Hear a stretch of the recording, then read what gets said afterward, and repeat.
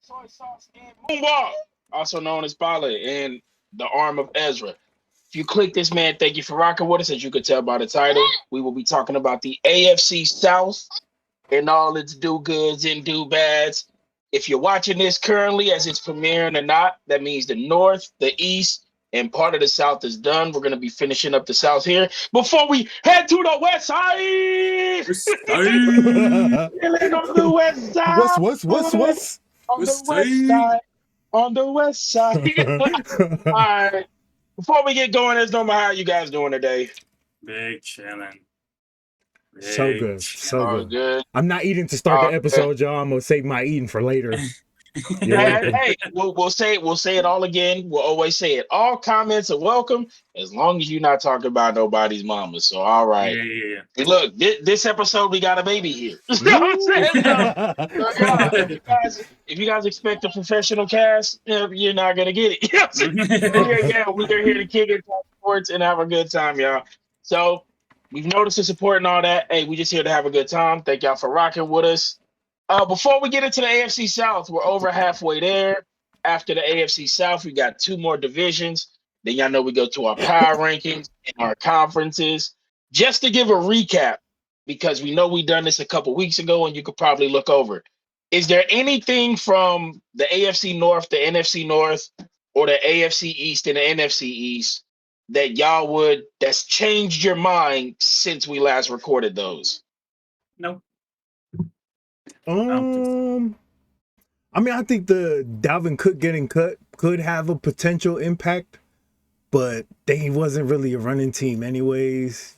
Mm-hmm. He was more involved in the passing game. We saw Madison was able to fill in for Cook last year, but yeah, I don't know. Depending on where Cook goes, man, that could impact a lot of things. Mm-hmm. All right. Even though we know running backs are expendable. Yeah. Paulie, you want to give us a quick cover? I know you wasn't able to make it for the NFC South. Any thoughts on the NFC South you want to let off before we get going on the AFC South? I mean, both Souths, they kind of suck. I don't know what I mean, I ain't got much to say about those. I mean, I guess the Carolina Panthers could get one this year out of your division, but you know what? Yeah. How about Derek Carr being the best quarterback in that division to start? I still don't think he's the best quarterback in that division. Oh no. Oh man. Tough. Right. Taylor Heineke getting more light than him. He ain't even started. That's tough. Hey, hell no. Hell no. All right, y'all. Time to make our way over to the AFC South, y'all. If you're gonna rock with us, do the YouTube thing, drop a like, sub, all comments are welcome. It's time to go to the AFC South. Houston Texans, Jacksonville Jaguars, the Tennessee Titans, and the Indianapolis Colts. A lot has changed in this division. Last year the argument was T-Law and Davis Mills. And now we got Dougie P and the Promised Prince who won the division, got them a playoff dub. Mike Vrabel, the steady hand that just almost coaches too good for his own being. And then we got two new head coaches in the division, man. A lot to look forward to. So let's go ahead and head down to H-Town, Houston. Time to go talk about the Texans, man. Bale, man, give us some of your first thoughts, man, on the Texans and some of their offseason moves. What do you think? What do you like? Did they make the wrong move trading up to get Will Anderson? Are you cool with them trading up to get Will and CJ? What are your thoughts on everything, man? I mean, I feel like this whole division, honestly, is going to be better than what most people would think it will be. Because they're all young teams, man. They're going to be competing. They're going to be hungry for the next big thing, man. I think D'Amico Ryan's trading up for Will Anderson, man. I think that was a great move for him just because he's a defensive coach. I think he will groom him good. These string of 49er coaches, man, there's something different in this league, man. I'm glad you said that. I'll get to it. I'm glad you brought that up. Man, they're different. You brought that up. Because I think these guys are just like player coaches, man. They can make way better with these guys. And I think and they're getting bolder. I mean, to a certain extent, they're letting the players be them. And I can't wait to see what this team can do, man. All right. So, what's your thoughts on the Texans and their offseason moves, man? Man, I think Butler covered it all, man. Talked about this as being a young division, a young team, you know, led by CJ Stroud. I don't know if I'd call him led by CJ Stroud right now. You know, D'Amico Ryans is like the clear leader over here, but I think CJ Stroud is a huge move for them, taking them number 2. An even bigger move outside of that was, like you said, Will Anderson, trading up for Will Anderson. Other than that, man, they got a young defense. Derek Stingley, Jalen Petrie, Jimmy Ward, Shaq Griffin. Like, they just look really, really good across the board. So I'm just excited to see what this team can do. Yep. I can't wait till we get to that part about it.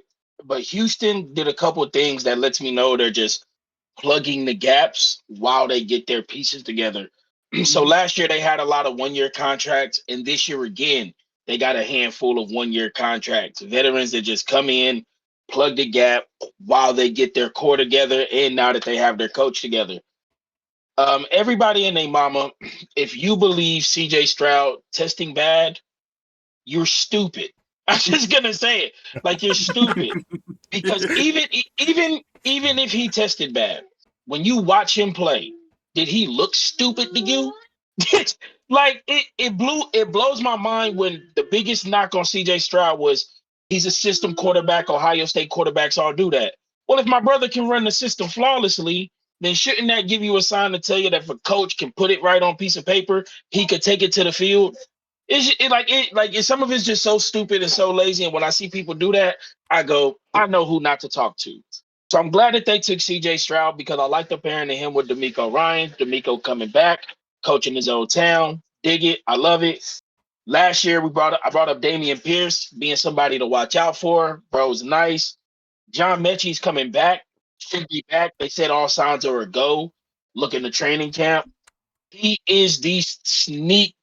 Bro, I know we talk about Jalen Waddle, like, when probably by like week 6, if these dudes at full strength ready to go, people gonna be like, God damn, where John Mechie come from? Like, bro's like that, bro. Like, I'm for real. He's really, really like that, bro. His speed is different when he's on the field, and I've seen him doing it in a lot of different ways.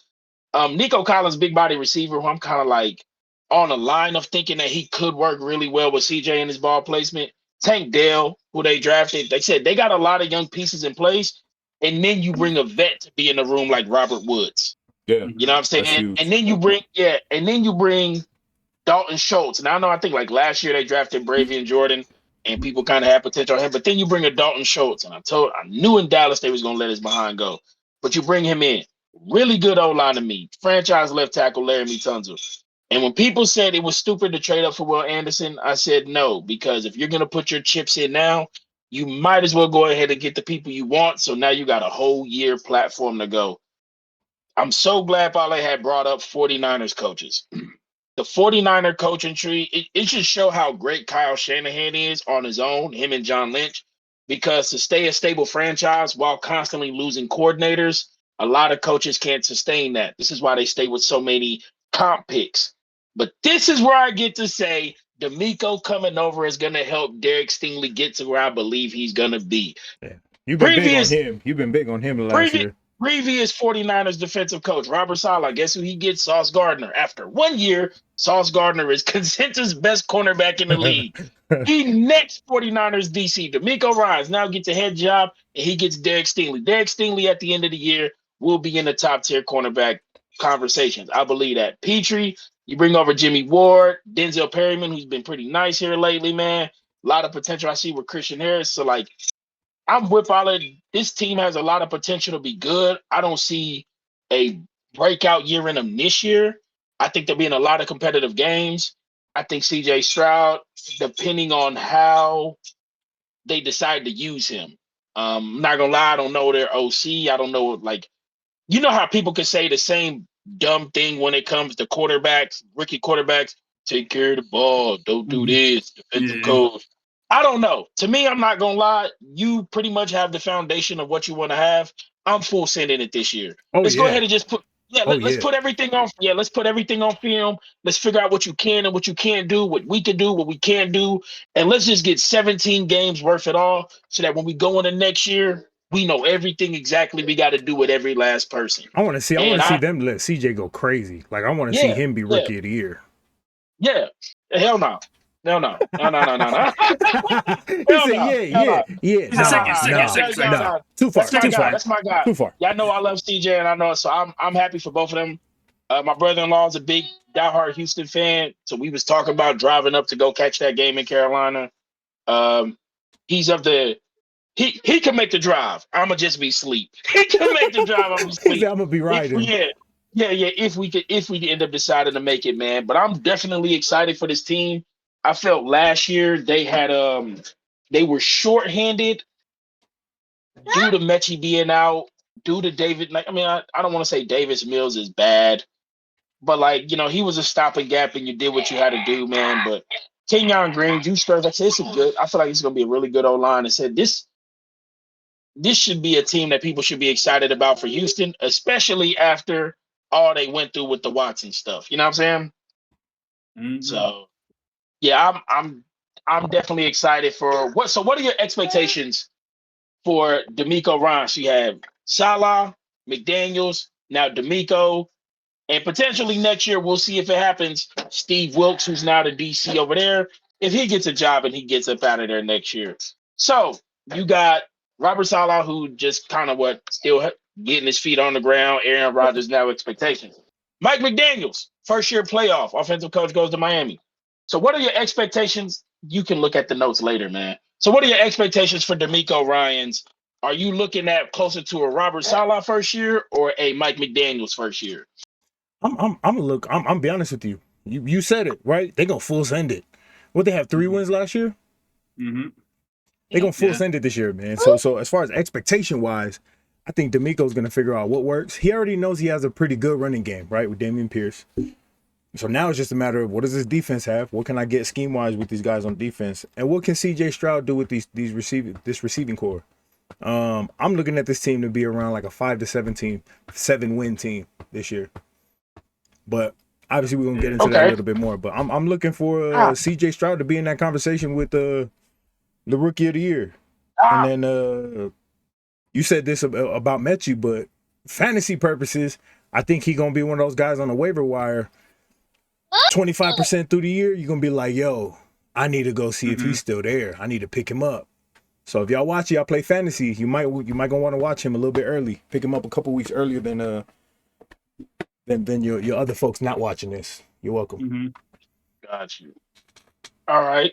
Paula, what do you think he's at? You think he's gonna have a buns first year like they did with the Jets, or you think he might be a little spicy and get closer to McDaniels, make a little playoff push? Yeah, he's gonna be closer to solid. I think they're gonna be really competitive, and I think they're gonna be like what Sully said. He's gonna be closer to a 5 to 7 win team.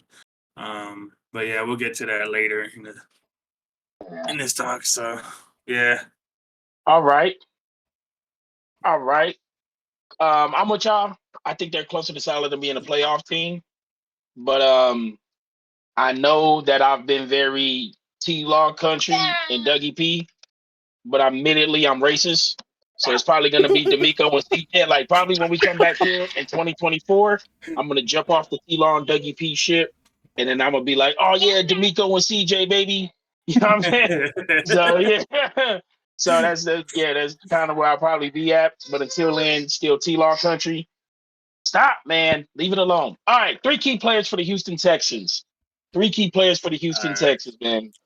Or it got to be 3. Just who's your key players or people you just got an eye on this team? I'm gonna be looking forward to seeing this linebacker core because they are so deep right now. They got Christian Harris, Corey Littleton, Christian Kirksey, Henry. I don't know how to say his last name. I'm not gonna be lying. Denzel Perryman. There you go. And then Neville Hewitt. Bro, they're gonna be crazy. They're gonna be throwing bodies. Yeah, they're gonna be throwing bodies at the offenses. And I'm really looking forward to seeing Robert Wood, see if he can mentor these kids to make CJ Stroud's life a lot easier, get them on the same page. And then Dameon Pierce, man, his downhill running is gonna change this little culture over here, man. I think they're gonna be popping. So yeah, those are okay. All right. Yep, So who you got for your 3 key players, man? Pretty similar, man. Dameon Pierce, like Paulie said, I think he's gonna start. he gonna be able to start drives and get these guys with a play action, get that pass rush on whoever they playing against to kind of ease up. Dalton Schultz. I know this is, if y'all have been watching all the other episodes, I lean pretty heavily on tight ends when it comes to rookie quarterbacks or young quarterbacks. Dalton Schultz, man, I think he's going to be the kind of that security blanket for CJ just to when he needs him. And then on the other end, I'm pretty sure this is probably who Vita's going to say is one of his key guys, but Derek Stingley. I want to see how you propel into D'Amico Ryans led defense. I want to see what you do. And will it go crazy? And will we be talking about him next year the same way we're talking about Sauce Gardner this year? We ain't talking about Sauce like that, but just in general. Yeah. Those are my three. Oh, no. Yeah, all facts. Number one for me is Derek. Because I think he's got the coaching staff to support the people around. I think they're going to put him in the positions that he needs to be to do what he has to do. So Derek is definitely number one for me. If he takes that elite that matches his talent that I think he has, then this defense could get real deadly pretty quick. Number two, definitely will be CJ Stroud. Because I do believe I don't want him to get shorthanded. I don't believe he will get shorthanded. But you are in a division, and the same will be said for the rest. We had the line. Ryan Tannehill was our line for the long time of who you are. So you're coming into the division with the line. You got T-Law, who done moved himself up over that, sputtering on the outside of, the elite tier on the rise. And then you got yourself, you got a partner on the other side, another rookie quarterback on both teams. And one of these, like Paula said, both of these teams are young. But the reality that three quarterbacks in the same draft, in the same division all hit, that'll be rare as hell. So, I want to highlight and put the key on him, not on a statistical end, but just like I believe in him. I hope he can kill this whole Ohio State narrative that people lazily put together, and then call that a day. And then number three for me is Mechie. And reason why I'm picking these guys is because I think these guys are the ceiling busters for this team. I really do. I think people like when people like, bro's got 800 yards and 9 TDs, and they just see him doing it a whole bunch of different ways. And they're like, yo, where the hell is he lining up at? Like, bro's got that type of versatility that I think could kill a game plan. So, like, when I look at these three dudes, I look at the end of the year, people should be like, oh, damn, they got these three dudes on their team. Now it's really putting pressure and a threat on the division. And it shouldn't be as comfortable as most may say it will be. So those are my three guys, CJ, Mechie. Stay healthy, my brother. I know you went through a lot, man. And Derek Stingley. Those are my three guys that I'm personally watching and looking at, man. Hey, shout out to Mechie for going through what he went through and coming back, man. I know the other story was James Conner too, but that's a lot. It is. Mm-hmm. It is, man. That's a lot. All right, y'all. Let's get a floor and a ceiling for the Houston Texans. Let's get a floor and a ceiling. But they do got to take a 42-14 L week one. You know what I'm saying? Facts. Week one Lamar is just, you know what I'm saying? Week one Lamar is not the guy you want to play. Whoever got Lamar week one in fantasy football is just going to automatically win off of him. Derek, this isn't the week. You know what I'm saying? This ain't the week where I could go brag about you. But next week in Indy, against Indy, you know what I'm saying? You get some love.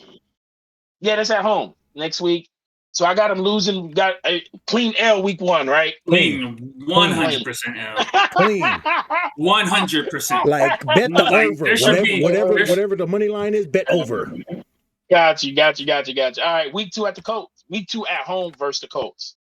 I'll give him a dub. Yeah, I'll give him a dub. I'm giving him a dub. Week two at the Jags. I think they'll lose on the road, but they'll split with Jacksonville.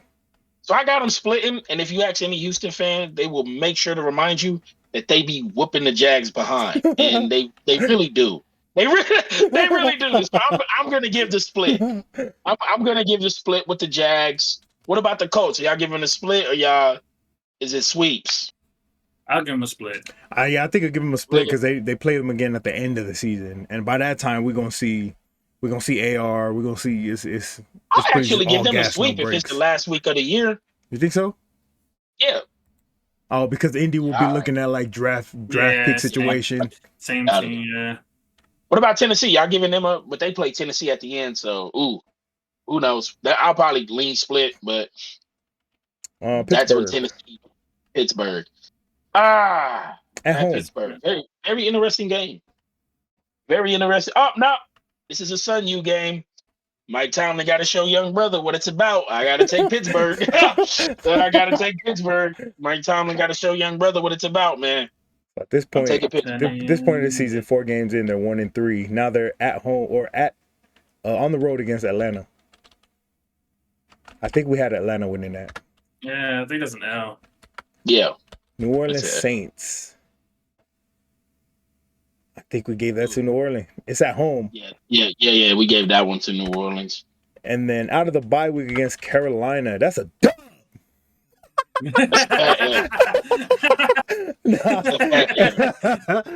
Oh no, that's right an L. Halloween. Oh, that's gonna be crazy. That's an L at home. That's an L on the road. Tampa Bay. Dub. At home. Dub. Dub. Cincinnati on the road. L. Arizona. That's a big fat dub. Dub. Jacksonville. This is where they get their split. Yeah. Denver at home. Sean Payton, I don't know, man. Sean Payton, D'Amico I'm gonna Ryans. I'm going Denver. I'm going Denver. I don't know, man. They're gonna sneak one of these games in, man. I think they do too, and I think it's this one against New York. I think it's this one against New York. I think they sneak this one against New York. That's just me, though. Okay. What about the 10 back-to-back Tennessee and Cleveland? They're gonna split with Tennessee. They're gonna split with Tennessee, and they're gonna lose to Cleveland. All right, I'll take that. So where does that put us at? We got them sweeping Indy, splitting with the Titans, splitting with the Jags. Yeah. 2, 4, 6, 7 win team right now. 2, 4. Oh wait, 2, 4, 6. Yeah, 7 wins. Yeah. Indy, Tampa, Arizona, Jacksonville split. The Jets stealing the Jets. Stealing the Jets. I think this will be the first team I would like to stamp. We can absolutely predict your record. Yeah. You are what we say you are. The Houston Texans, floor and ceiling is a 7-win team. You are exactly you are exactly a 7-win team. Yeah. All right. So the Texans don't get a floor and a ceiling. Nah, they just y'all winning. So pick 7 games. Y'all getting 7 games. But it's gonna be dope. Y'all gonna love this season. And you're gonna go into next year and it's gonna be some trouble. Yeah. Some real trouble. So cool. I'm glad we found our first no floor, no ceiling team. Yeah. For real. It's the first no floor, no ceiling team. The Houston Texans are capable of winning 7 games, and I think they will win 7 games. Yep. Just like Charles Barkley say, man. Guarantee. Guarantee. All right. Oh, man. Let's go, man. Any final thoughts on the Houston Texans, man, before we get to move on our way down to the Colts? It's going to be a fun team to watch, man. Yeah, it is. Fantasy purposes, man, week 4. I'm going to call it week 4. Y'all better be looking for John Mechie. Start looking for him on the waiver wire. And if your league has, is stacked enough for somebody to pick him up, you might as well write him as the underdog MVP for the end of the season. John Mechie. Yes, sir. Yes, sir. All right. Time to leave out of H-Town, make our way on down to Indianapolis, where we will be going to the Colts. New head coach Shane Steichen, I believe that's how you say his last name. I don't want to say shocked the world, but we found out Shane Steichen has a type. Taking AR-15 with the number 4 pick. That's my type. Yeah. picking up the pieces from his mentor's team. This team gets me in a lot of ways because now that I know Shane Steichen has a type, now that we know he has a type, I don't want to box him into what I feel most are trying to assume this offense may become. So what are y'all thoughts, man, on the Colts, the offseason moves, AR, Shane coming over, man? What do the Colts look like? Can this be the atonement for Andrew Luck and them booing them, man? Yes, this will be the atonement for Andrew Luck and Peyton Manning. I'm gonna make sure I add OG Peyton in there. But yeah, they did him wrong. Peyton broke his neck, and they traded that man. As soon as he got his little fusion surgery, they was like, "You healthy? You good? Bet you gone." Gone, bro. You're out of here. I think Anthony Richardson is going to be everything that the experts don't want him to be, and that's a great passer in the NFL. I think they're going to take the same formula that made Jalen Hurts successful, which you got that over here. You got that. Year one Jalen was halfway through the season. They was like, bro, let's just run the ball. Let's just run the ball and figure some things out. They got that. They got Jonathan Taylor. They have a decent O-line. I don't want to say they have a great O-line. They have a decent O-line. They have a decent defense.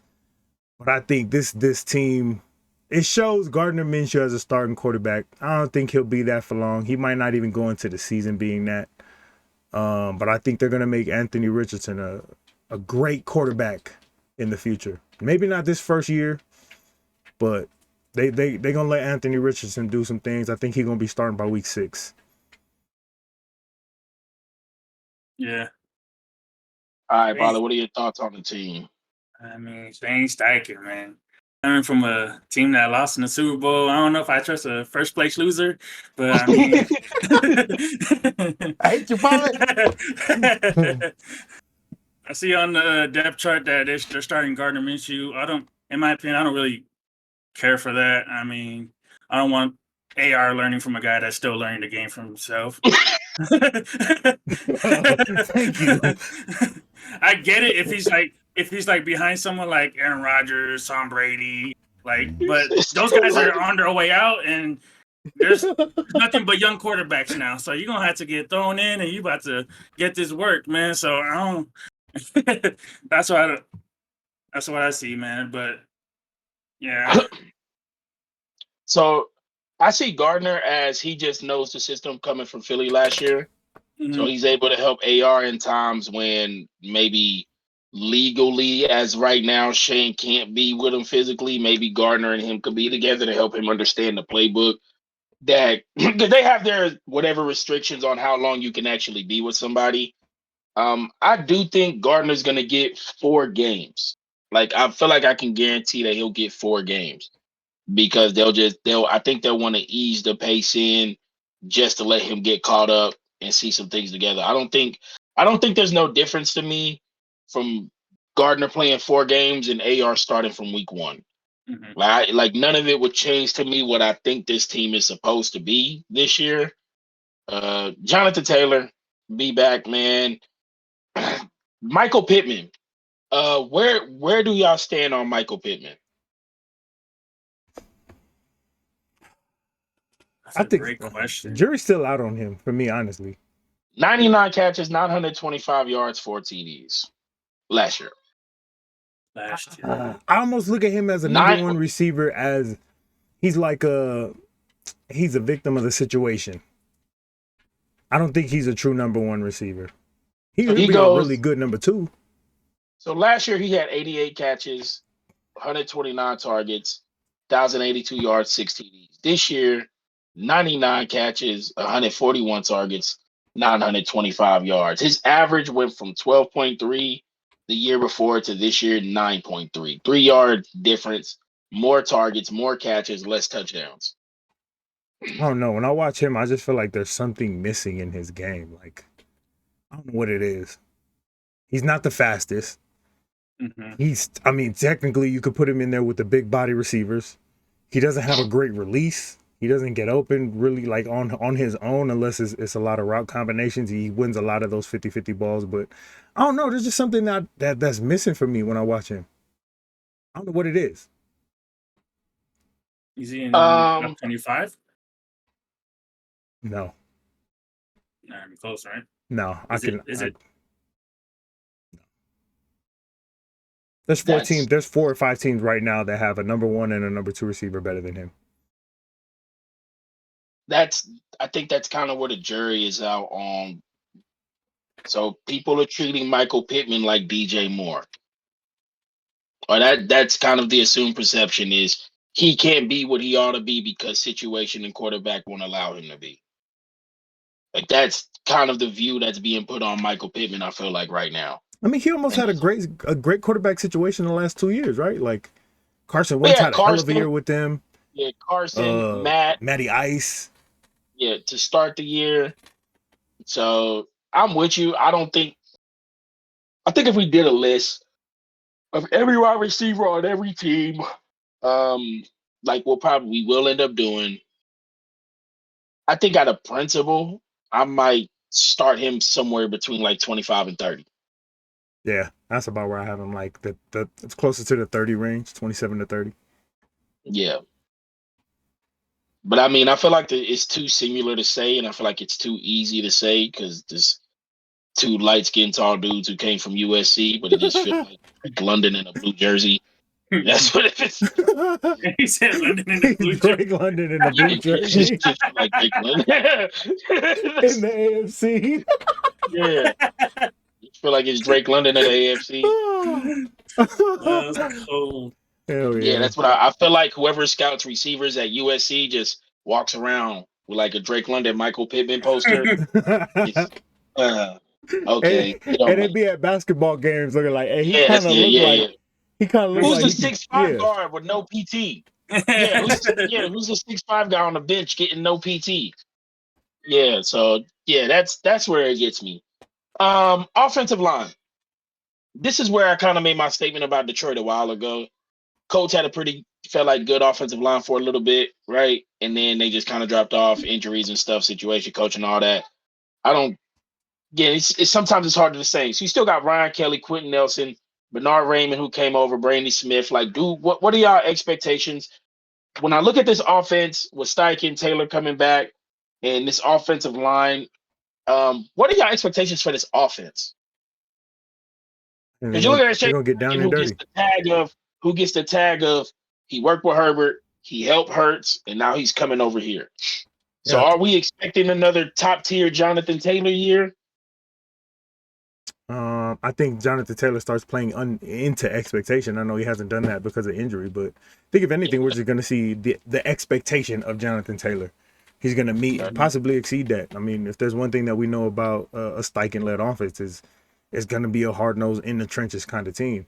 You know, I don't know if he has an O-line coach like he had over in Philly, but you got a hell of a running back. You got a pretty solid D-line or O-line, so I think they're gonna run the hell out of this ball. You're probably gonna see some packages with Anthony Richardson the first 3-4 games, just kind of get his feet wet. But yeah. Okay. Paula, what do you think of this offense and what it could be, or your projection of it? I mean, they need JT and the O-line to be the way they were a couple of years ago for this team to succeed in any type of way, honestly. But yeah, I don't know, man. This is a confusing team to me. It's confusing for me too because I don't know what to expect from Shane as a coach. Mm-hmm. Y'all know I bang on Josh McDaniels as a head coach. I think Josh McDaniels as an OC is nice. I'm hoping that Shane, I don't know which way to lean with him on that. I don't know if he's going to be like, hey, bro, you're just a horrible head coach because you got to think about too much, or like you're able to work that out. When I heard him do his interviews, I'm like, he don't sound like a player coach. You know what I'm saying? Honestly, again, that's the one thing that worries me is that he don't part. Sound. He sounds like, and again, this is just from small sample size of me knowing and seeing. So Colts fans, from Philly fans, whatever, he just seems like a dude who sees it all in his head. And when he writes it down, he wants a guy who could put it on paper. Jalen is one of those dudes who, okay, I got it. I can do that for you on the field. Pilot said it. You could be like Gardner, 15 and out, 3 steps, boom, boom, boom. And Gardner's like, what am I supposed to do again? You know what I'm saying? So it's just like, I feel like he has extremely detailed mastermind tendencies, and I definitely with Gardner. I guess we'll get to see what AR, if he's able to like articulate that and to work through with it. I'm gonna take all the upside of Richardson. I really am. We just got to see how well he can work within whatever type of system he plans to run, because I do not think that the Colts can duplicate offensively in the style that they play what Philly was able to do. Because you can't leave two guys outside by themselves. Well, you can over here. It's Michael Pittman and Alec Pearson and Josh Downs. You know what I'm saying? It's not Devontae and AJ. So it's a little The bit different. potential of Yeah, Jelani Woods. yeah, the potential with Jelani Woods. Josh Downs, again, another sneaky person, real route technician. Alec Pierce, bro, got the burners on him. So be very careful about what could be done there. You got Isaiah So McKenzie over here too from Buffalo. Yeah, Isaiah McKenzie, again, vet kind of around in the room to help these guys out. What I'm looking at them, I told you when I had my expectations for Terrence Marshall Jr., if we could get to the end of Carolina season and you could talk about Terrence Marshall Jr. the way you just talked about Michael Pittman, like, he's not top tier elite one, but he's, bottom end one, I'm going to take that. I don't think the Colts could take that from Michael Pittman, though. No. No. You know what I'm saying? Like, if we got to the end of the year and I had TMJ with, 75, 80 catches, 800 yards, couple TDs, I would take that. I don't think the Colts could take that. I think the Colts need. So I don't want to say more catches. Because I don't think that's probably within their offense. But I don't think he can average under 10 yards a catch again. Yeah, I think production-wise, his yak is going to have to be a lot better than it was last year. But he's not a yak receiver to me, though. You know what I'm saying? I mean, he got the body to fall forward for three. Give me that. Yeah, but I'm not going to lie to you. I'd rather you fall forward for three after I throw it to you for 18 yards. You know what I'm saying? They're trying to ask you to catch it 5 yards and then fall forward for three. Like, I don't feel like that's the case. Like, I'll give him the big body, the body control, the stuff like that. Like you said, he's not mixing nobody up at the line. That's also why the agenda, Terry McLaurin Colts 2024, then this could get nasty. You know what I'm saying? Honestly, if I'm looking at his dip from 12 to, what'd you say, 8 last year? Yeah. 12 to 8 last year. I'm looking at 12 on his catches? His average was 12.3, and then this year was 9.3. 12.3 was during the Carson Wentz year when you got a quarterback that could create some time, that could break it out and start doing some different things. 8.3 was with a Matty Ice that's just going to stand back there, and you better get open, bro, because if not, he going to put the ball somewhere for you to catch it. Yeah, which would say he had more targets, more catches, but obviously something happened within there that took down his average depth. So it's kind of like, and I believe Shane to be the smart guy, that he would put him in those positions to be like, hey man, we're going to create one-on-one situations for you down the field. Go get him. You know what I'm saying? Like go get him. Like go get him. Full send and go get him. So we gave it to CD. We gave it to CD Lamb last year. We gave him the triple tens and he accomplished it. He killed it. Is there something we could give to Michael Pittman to be like, all right, bro, you are teetering at the line of right now to us off rip, you're probably between 25 and 30. Without this year, you are not going to be a top 30 wide receiver. So, like, what type of season do we need to see from Michael Pittman in order to be like, oh, you can move up? I need 5 to 8 touchdowns.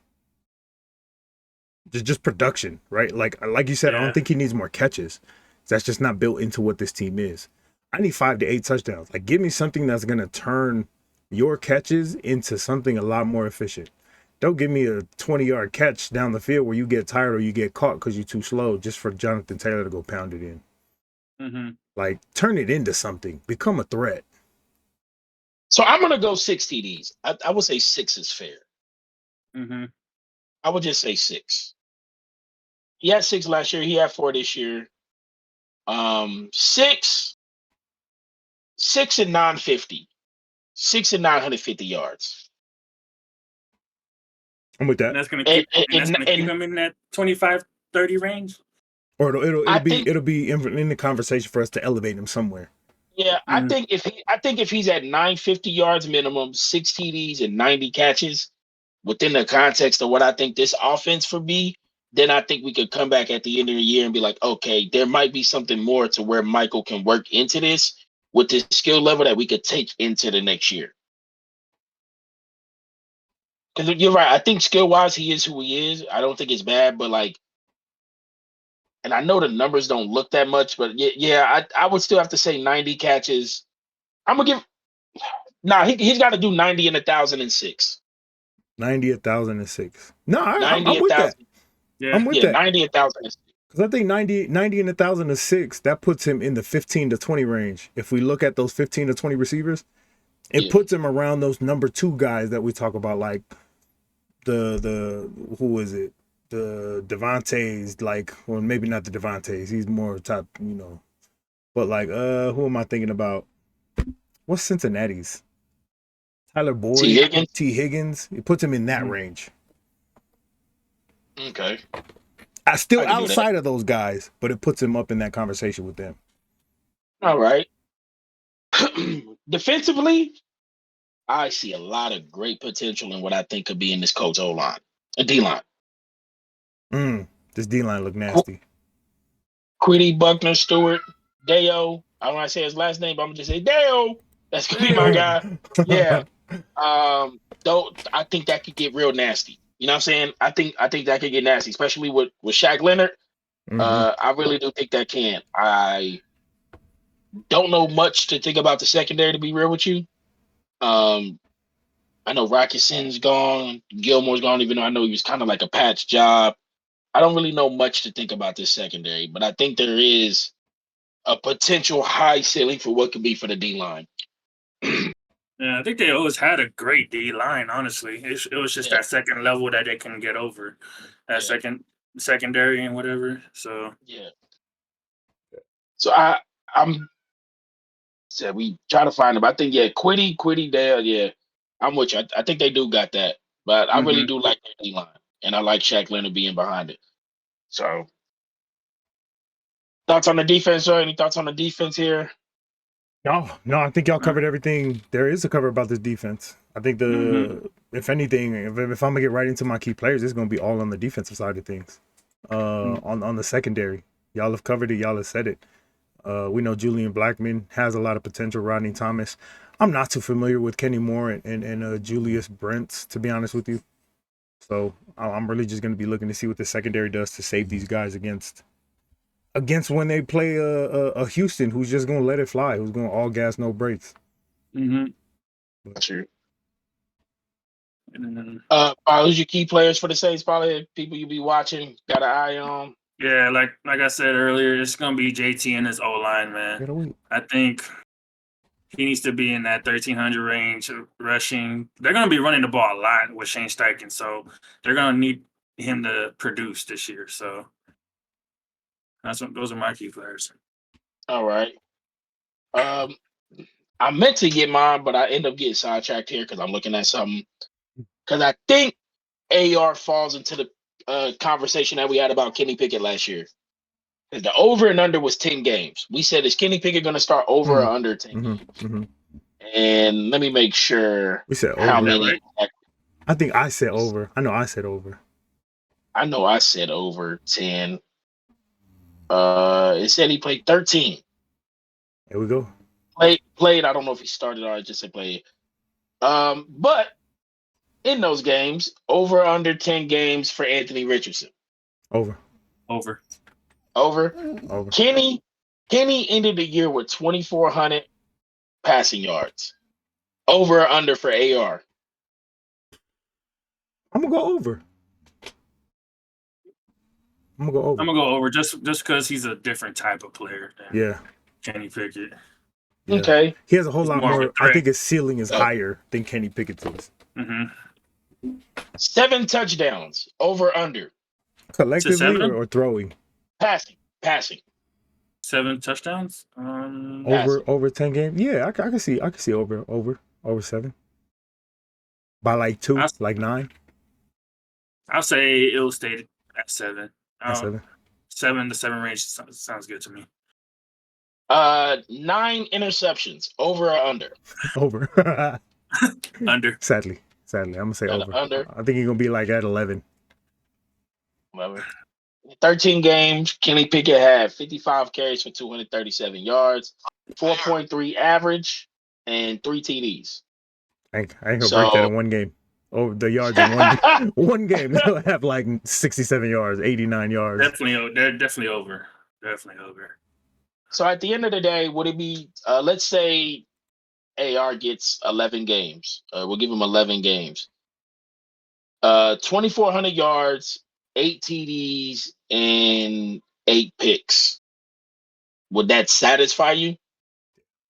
Yeah. She said. Yeah. But then on the rushing end, let's say he gave you, said 13 games, 500 yards rushing, 6 TDs rushing. So then that'll be 14 total TDs in 11 games. If 11 game, all he has to give me is 500 yards, I'm satisfied with that because that tells me he's willing to stand back there, and he's not just gonna Michael Vick it, make one read to Algie Crumpler and take off. Yeah. All right. Let's get to this schedule for the Colts and get us a floor and a ceiling, man, for the Indianapolis Colts, man. Definitely a confusing team because I don't know what to expect from coaching. I mean, same thing with so, and this is like, I can't give Shane the benefit that I want to give D'Amico because the pedigree of how 49ers coaches have gotten put out. So I want to give D'Amico more of that, even though it's a defensive mind and it's an offensive mind. You know what I'm saying? Mm-hmm. So, yeah, we'll see. This is definitely exciting. God, is going to be tough. Week 1 at home versus Jacksonville Jaguars. L. The Gardner Minshew revenge game. Don't play with that, man. They picking Gardner Minshew off 3 times and he getting benched that game. They getting blown out the waters. Week 2 at Houston, we gave them an L, right? We gave Houston that dub. Yeah, that's an L. Yeah. At Ball, is they starting the season 0-3? Yes, they are. They're going to start off 0-5. Oh, yeah, they're going to lose to LA. Where's the first win?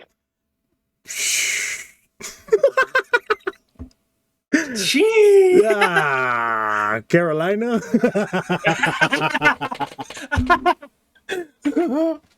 Where is the? I didn't want to say it, but I think the biggest potential win could be on the road against Jacksonville. I would say Cleveland to Carolina. I think they can win in one of those 3 games. Cleveland through Carolina. I think they can win in one of those 3 games. They're not beating New Orleans, I don't think. Honestly, Carolina's the best opportunity for them to get a win. Like, that only reason it's Carolina. At Carolina, I don't care where it's at. Carolina is the only opportunity for them potentially to get a win. And it'll be strictly on a running game and AR. Like, respectfully. Like, I'm not saying they're gonna win. That's just the only opportunity for them to get a win. Are they getting swept by Jacksonville? Yes. Yes. Are they getting swept by Houston? Yes. No. I think they'll win the one towards the end of the season. Are they getting swept by? Oh no, we did say they swept by Houston. Yeah, we said Houston swept them. Yeah. Okay. Are they getting swept by Tennessee? Mike Vrabel, yes. Actually, no, they're not getting swept by Tennessee. I think they'll. There's God. I got them beating That's Tampa. why this team is so confusing because we don't know what. Like, there's. I got them beating Tampa. That's after the bye week. Yes. After the bye week, Tampa. This is not no. Hey, this is an ugly team. I'm telling you. Hey, they're gonna beat the Raiders too. They're gonna beat the Raiders. I don't think they'll beat the Raiders. 3-win team. 3-win team, bro. Bro, there's no way. Like, that's why I'm saying, like, just throw AR out there. There's no really like good point to like put Gardner Minshew out there just to make him look bad the first 10 games. Damn, this team is gonna be buns. It's just the way their schedule is put out. It's not favorable to them. It really isn't. I know.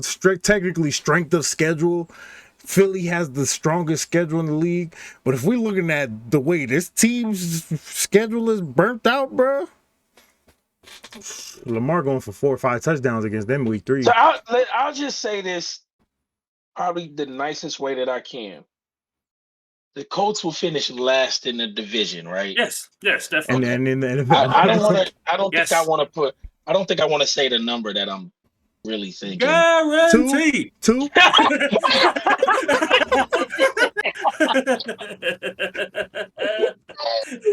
Damn. 2-15. Yeah. Here's what I got. Yeah. Here's what I got. Here's what I got. Here's what I got. Like really thinking. I think there's an opportunity that they could split one of the first 2 weeks.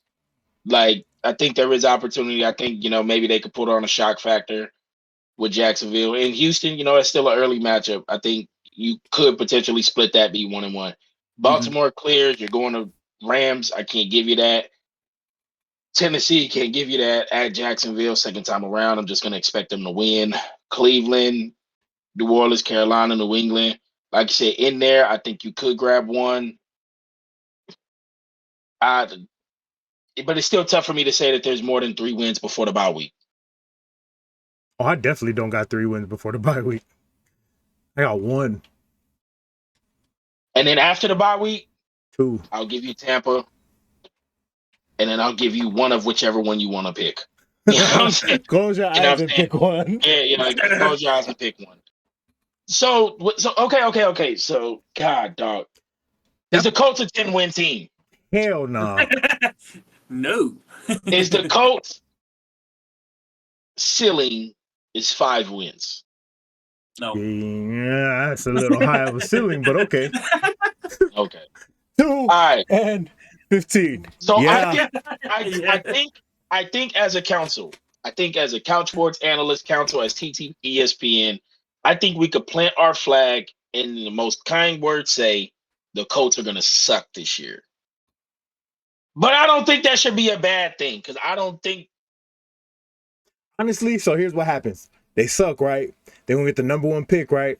Then they're going to trade to get back to number 2 to 4, and they're going to just build capital.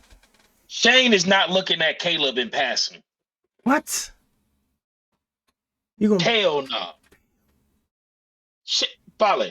Is Shane looking at Caleb in passing? I wouldn't. After showing your type this year and picking AR number 4. Caleb, according to the masses, is everybody's type. There's a Caleb is I never thought I had a chance with her, and she's every year I got to get her pregnant. Yeah, like that's what it's like, bro. If you were not pregnant, if you were not the Kansas City Chiefs, the Cincinnati Bengals, the Baltimore Ravens, the Philadelphia Eagles, you're like you're open to anything. You know what I'm saying? Mm-hmm. Like you are open to anything. Mm-hmm. I do think the Colts will be more in the Marvin Harrison Jr. than they would Caleb. Mm-hmm. But I also don't see you looking Caleb dead in the face and being able to pass. Because you still have to be like you said, if to move back to 2 would have to mean there's a team at 2 that also needs Caleb. Mm-hmm. But yeah, they can get a lot of draft stock with that too. I don't think Caleb. I don't think there's so far. I think we had the Colts having a very bad year. Who else did we have? Washington having a very bad year. Chicago was one of the teams we said could have a very bad year. Like, so if those 3 teams are lingering around there, Tampa, or even if Carolina has a very bad year and grants Chicago a top pick like they want, like which one of them says no if you're looking dead at Caleb? Indy. I'm also not sold on Caleb. I'm also not sold personally on Caleb. So yeah, I mean that's just me. Yeah, but I mean, how many like let's say Chicago goes 8-9 and Carolina goes 2-3 wins and gives them a number 2 pick, and Caleb is like able to be attained and grabbed. Like Washington, Indy, Chicago, Arizona. How many of them are gonna look at Caleb and be like, "Nah, we cool. What we got?" Damn.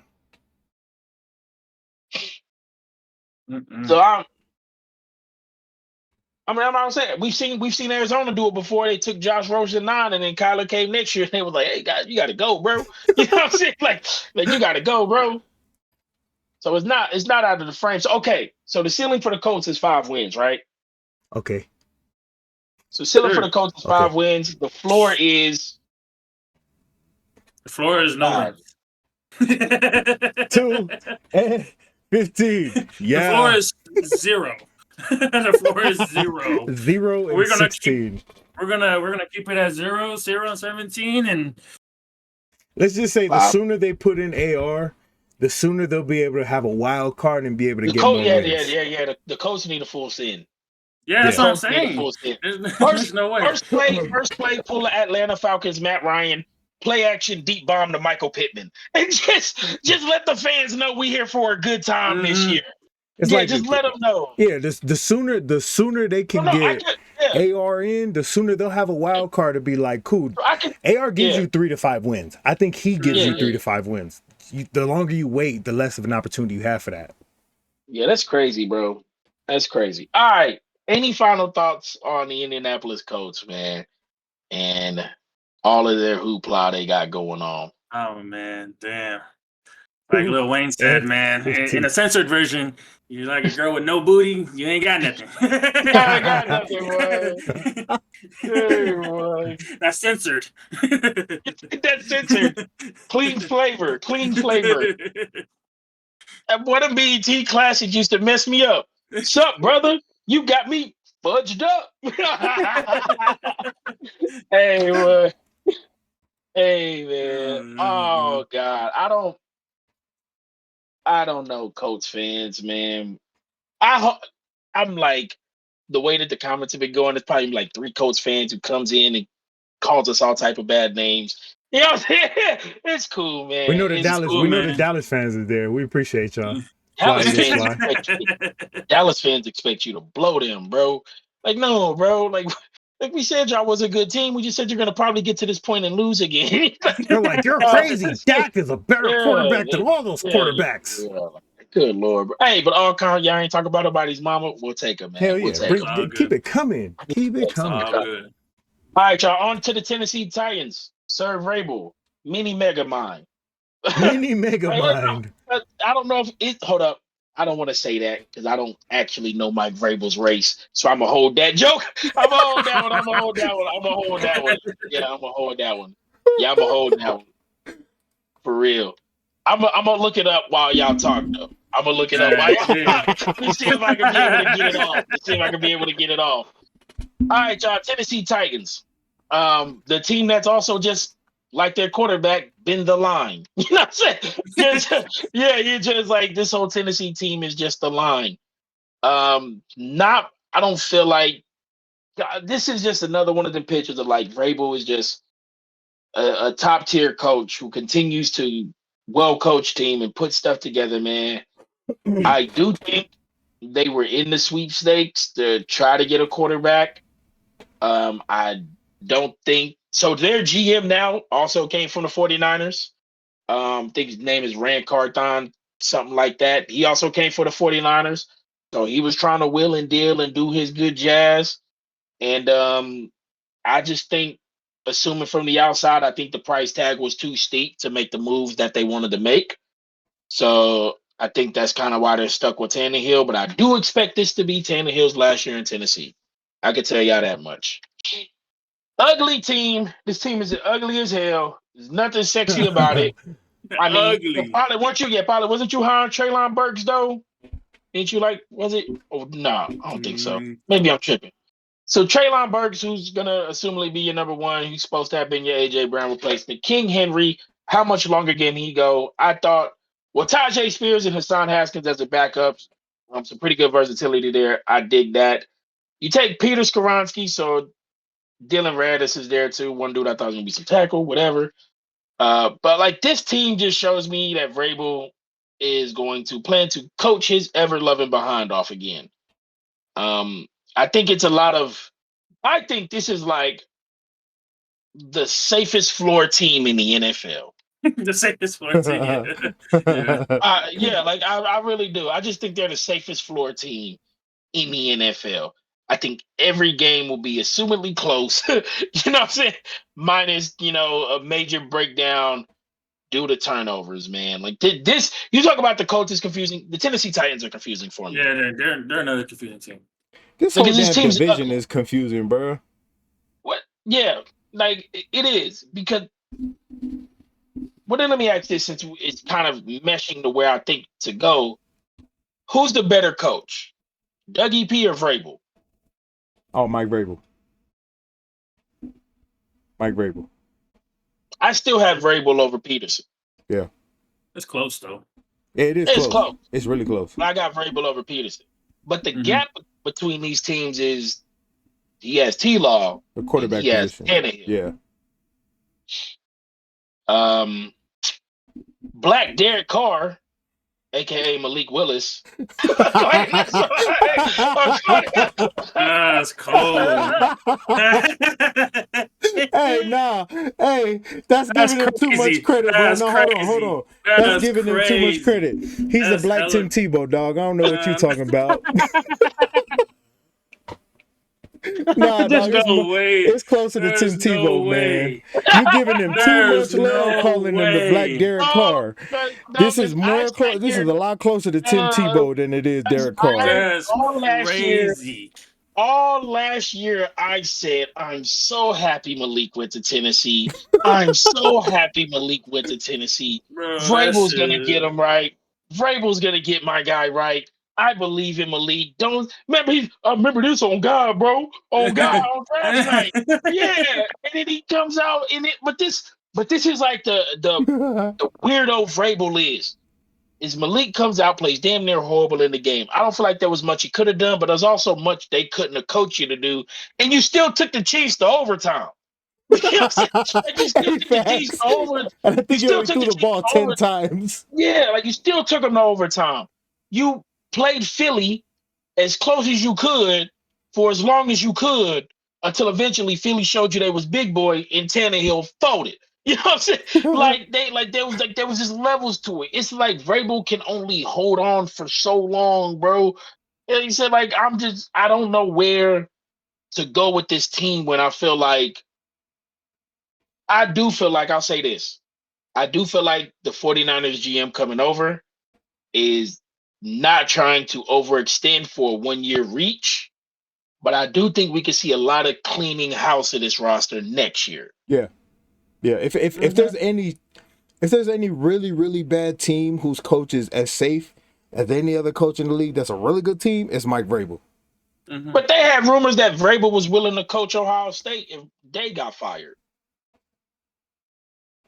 I think he just understands that, look, I'm only as good as my quarterback is, and I can get y'all to the fourth quarter, but Derrick Henry can't carry the ball 15 more times in the fourth quarter. Like, you got to do something. All right. So then I ask this. Would y'all be shocked if Tennessee won the division? Oh, yeah. Yeah, 100%. 100%. See, I wouldn't be shocked if they won the division. I wouldn't be shocked if they found a way to squeak 9-10 games and win the division. I'd be like, that's right up there. That's right up their lane for who they could be. If you told me Tannehill got benched week 2 to 5 and Will Levis was playing, then I wouldn't be surprised. But as long as Ryan Tannehill is your quarterback, I can't. As good as a coach that Mike Vrabel is, I don't think nobody's starting unless Tannehill gets hurt. I think that's the only way either one of these dudes see the field. I really do. Man. I'm not a fan of Tannehill at all. I don't think none of us are, but I still think he But I think that's where maybe one of these fools behind them is supposed to pick up some of the simple things maybe that they're being asked to do. You know what I'm saying, and then go from there. But I can't pronounce the tight end's name. But I know he had a big play. I do like him. I do like Treylon Burks and what he could be. This O-line, I know they got rid of, God dang it, what's bro's name? Lewan, right? They went and picked up Andre Dillard. Money on him. Yeah, Andre Dillard, Skoronski, Sherp, your O-line. Simmons is dope. Landry, Aziz, nice. McCreary, Hooker, Bird. Like, it's just like it's just light blue Patriots. You know what I'm saying? It's light blue Patriots, it feels like. That's facts, bro. Yeah, it's just light blue Patriots. And that's almost Vrabel being, guys, is Vrabel Italian? I think so. That's cool, because I was about to say he's Italian Megamind. You know what I'm saying? That's all I was about to say. I was like, but he looks it. He looks it. He's like So Teddy Bruschi's brother. yeah, you know what I'm saying? Like American. I just feel like they're light America. blue Patriots, and we think so highly of Rabel, and we think damn near so lowly at a quarterback, but he's serviceable. And it's just like, bro, we don't know what to really think of your team. I'm not gonna be shocked if they come back and they're 10-win team. I'll be Damn, hella I don't shocked. know. Yeah, I'd be hella shocked. I got to look at the schedule before I'll be hella I shocked. agree with that. With Mike Vrabel, he's one of those freaking one-dimensional game plan handoff Derrick Henry 30 times. That's what I'm saying. Down by 10, they're throwing bombs for interceptions. Oh no. There's no way they're gonna win this division. Like, all right. I think it's fair to say we all do not have a key player on this team. Nope. No. Okay, it's cool. Mike Vrabel. Mike Vrabel. It's Alex Smith starting. Oh wait, no, that's Ryan Tannehill. Man. Hey, put some respect on Alex Smith's name, bro. Put some respect on his name. Yeah. Alex was mad nice. Hey, man. Yeah. They both didn't win no Super Bowl. They both had some play. They won a couple games in the playoffs. I mean, they're kind of the same. He's closer to Garoppolo. He's closer to Garoppolo. I will say this, obviously, outside of the highlight of Malik and Will and which one of them is going to get Tom first. Treylon Burks, because obviously you tried to replace AJ and get some capital into that. So Treylon Burks is the one dude who I want to see how and which way he's used this year. That's honestly it. That's not even a key player. That's just like, bro, I know you came out and a lot of people was high on you. I wasn't high on you, but I think you got a lot of opportunity now. I know bro caught that dot against the Eagles and they got smacked. And they got taken out the game.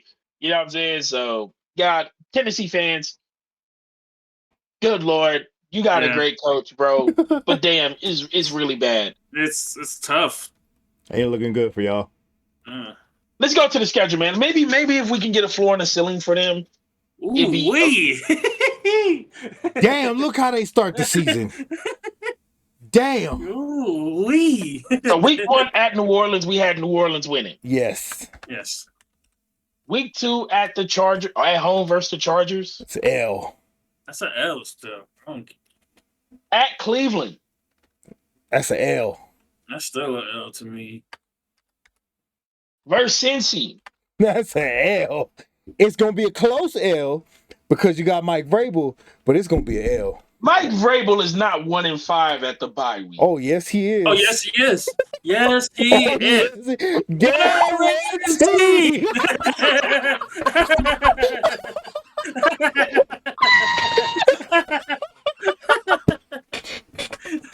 Hey, this whole division's nothing but guarantees. Oh, you know what you gonna get from this division. Oh no! Oh man! Oh no! Okay, they can't. Right, this team cannot be 1-5 at the bye week, bro. Mm-hmm. Oh, but they are. Okay. Yes, okay. They are. 1-5 at the bye week. They come out the bye week against Atlanta. Got them losing, man. I gave them a dub out the bye week, man. You giving them a dub? You gonna break the tie? No, I'm giving them L for Atlanta. Home against Pittsburgh. L. They're Tampa. On the road against Pittsburgh. Tampa. That's gonna be a win right there. Tampa. Jacksonville at Jacksonville. That's a loss.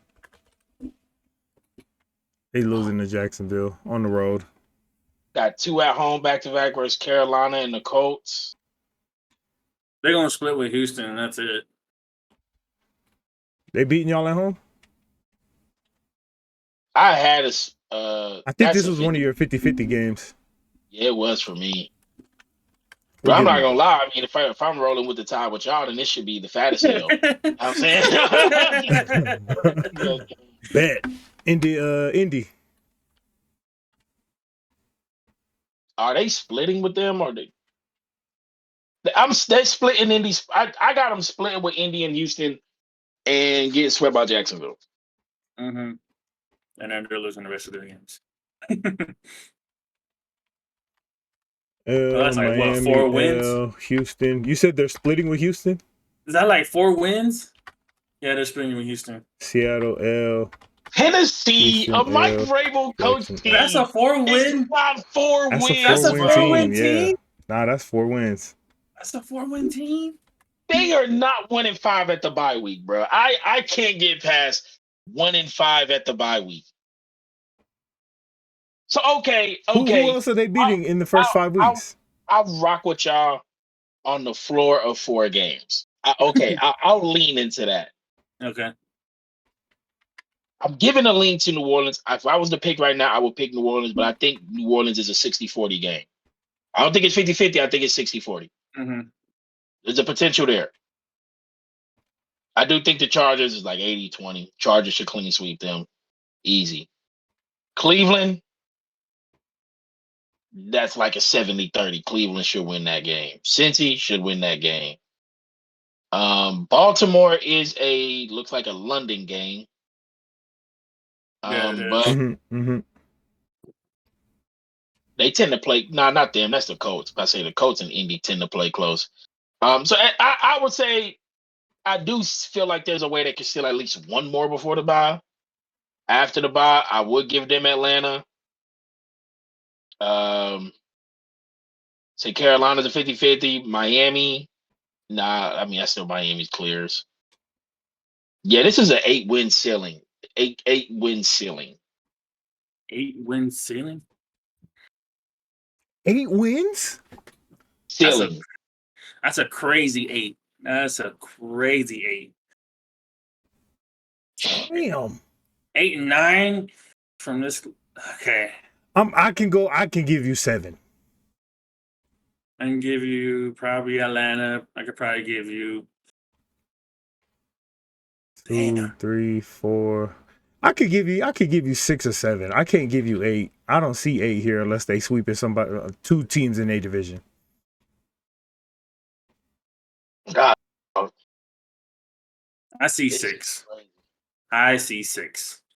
He's I see 6. All right. All right. So, any final thoughts on the Tennessee Titans before we clearly go to the AFC South champion? Because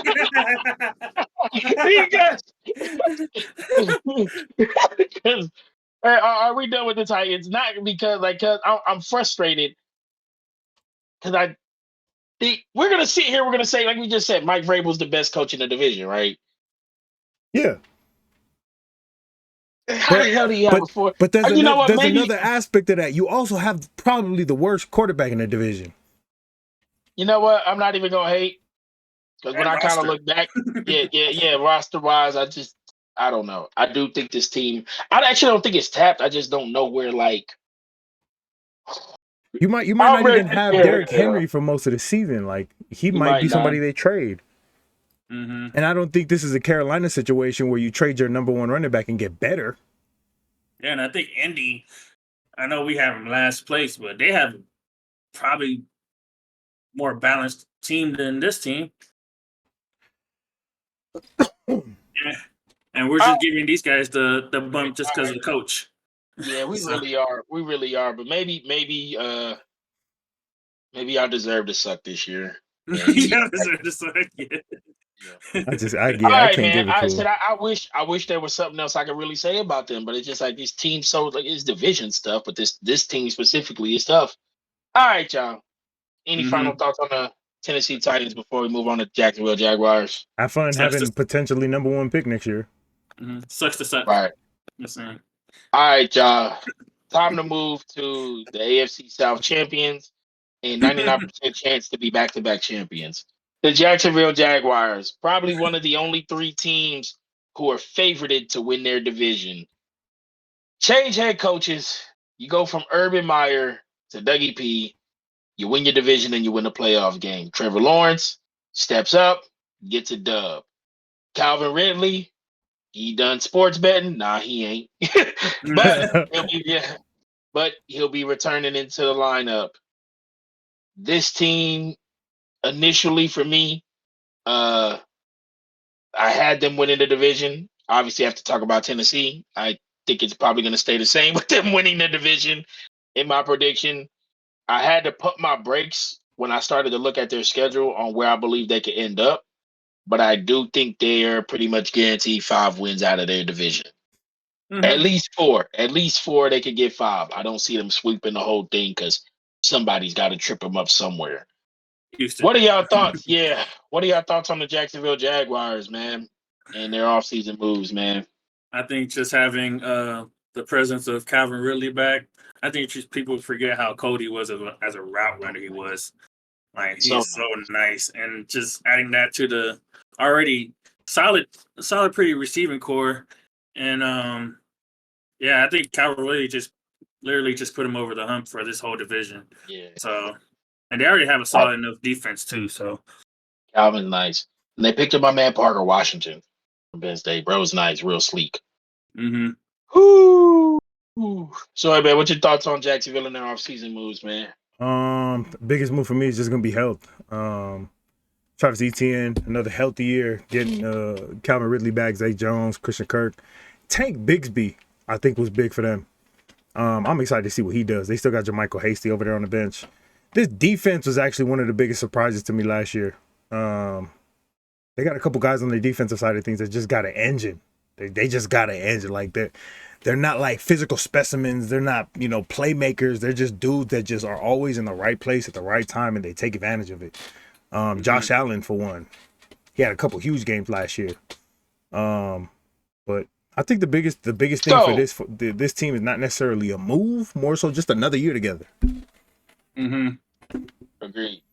But man, Cisco, Andre Cisco, thong. That cuz with the Trayvon Walker, number 1 pick, right? You brought up Josh Allen, linebacker, just a name that I remember. Kind of looking out for him. Chad Muma, Devin Lloyd, linebacker coming up, man. Let's see what you do. Like you said, it really is the thought of.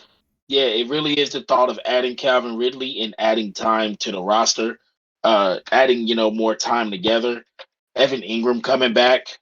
I think you can take that price tag because I think with Dougie P and with Trevor, you kind of got to see where he would move towards. Definitely a year where I think they're probably going to spam up a lot of short yardage touchdowns for Trevor to run it up. A lot of 1-yard dumps when he needs to get a touchdown to spam up the stat sheet. I'd say that's kind of the vibes I'm getting from this team here, man.